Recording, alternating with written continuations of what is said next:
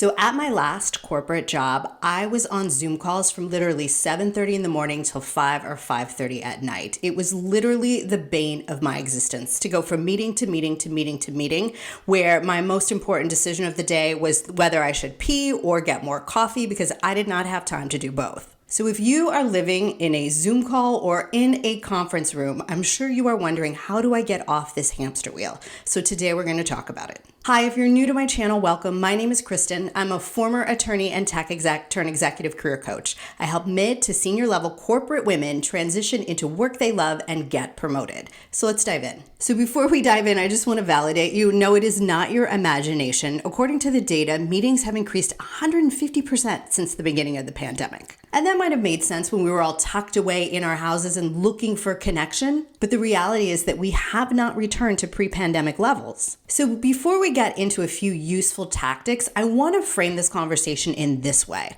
There is the idea of productivity and there is the idea of joy. And in our hyper-capitalistic society, there are so many pressures to be productive and to grow at all costs. But as I've said in other videos, you are a human being, not a human doing. So in looking at your reoccurring calendar, I think the first thing we need to do is ask, who brings me joy? What are the meetings that light me up, that give me fulfillment, and really make me want to come to work every day?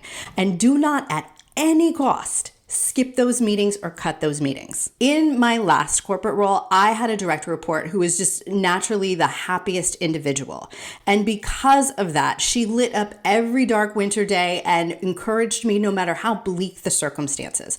And I cannot tell you how invaluable a human being like that is. Joy can actually increase our productivity. So the only time I literally missed a meeting with her was when I had norovirus and I could not get out of bed. And I want you to look at your calendar and think of it the same way. If there are individuals who light you up, keep them on the calendar. And if there are individuals who drain your energy, that's who we want to take a look at and see if we can make those meetings an email.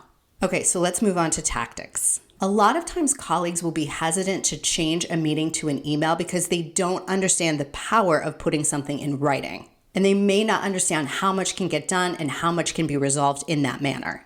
So the best way to move them is not to think of it as a one and done, but to think of it as a gradual process and to actually demonstrate by sending them an email. So something such as, hi, Kristen, I don't have a lot on deck for our weekly meeting. I do have the following 2 or 3 questions, list the questions and say, do you have a lot going on? If this is something that we can get done through an email exchange, maybe we can skip this meeting. And think of this as an experimental time. There might be meetings that you skip and make it a bi-weekly and then realize that's not actually going to work. But there might be weekly meetings that you do make a bi-weekly meeting and then realize this could be done maybe once a month. And here's a phenomenon I've seen happen with clients. When they start to create free space in their calendar, their anxiety level starts to go up.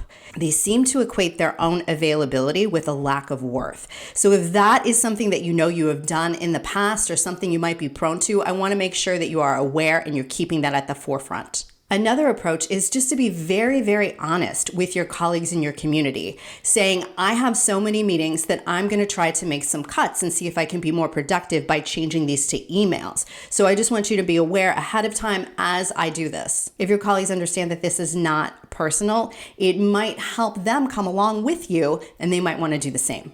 And one final note on individuals who seem to fill up your calendar without any purpose. Maybe they simply want to gossip, or maybe they do want to learn more about your team, but it just doesn't feel good to you. So the first thing I do in those situations, if the meeting subject is vague, is I ask them very pointedly what it is that they want to discuss and if they can send me an agenda. In my last corporate role, my team was pretty visible and we were launching a new program and doing some pretty cool things. So we did have a lot of looky-loos who wanted to understand what we were doing and how they could get involved and help. But I did not have time to take meetings at all hours of the day and night. I remember one meeting that someone tried to schedule with me at 1 a.m. because she was based in France and did not understand that I was based in California. But she was simply curious, and I did want to indulge her curiosity, but I had to find a way to do this and save myself some time as well. So something like having an open house where you can invite people who are curious or want updates about your team once a month, that can be something that you do where you answer questions live. Or my boss had us start recording videos and creating quarterly updates, which really cut down on those meetings as well. Sharing the State of the Union every so often can satisfy people who are naturally curious, and it can also create transparency and really build a community of people who support your work, all without clogging up your calendar. So I know these tactics are very, very simple, but I have a feeling that you're probably not doing them. In the minutia of every day, we often get on the hamster wheel and don't realize that we do have the power to get off. And productivity doesn't necessarily mean coding your calendar. It can mean looking at what brings you joy and looking at what's draining your energy and then making decisions accordingly. I did a whole video on productivity, and if you're interested in how you can increase yours with some really basic and intrinsic things that you probably already know but maybe need to be reminded of, I'm going to link that video below. If you found this helpful, I would be so grateful if you would give it a thumbs up and share and subscribe. My goal with this channel is to grow a supportive and kind community of corporate individuals that lifts each other up, encourages each other, and helps us navigate the forest together. I come out with new videos each week, and until then, take care.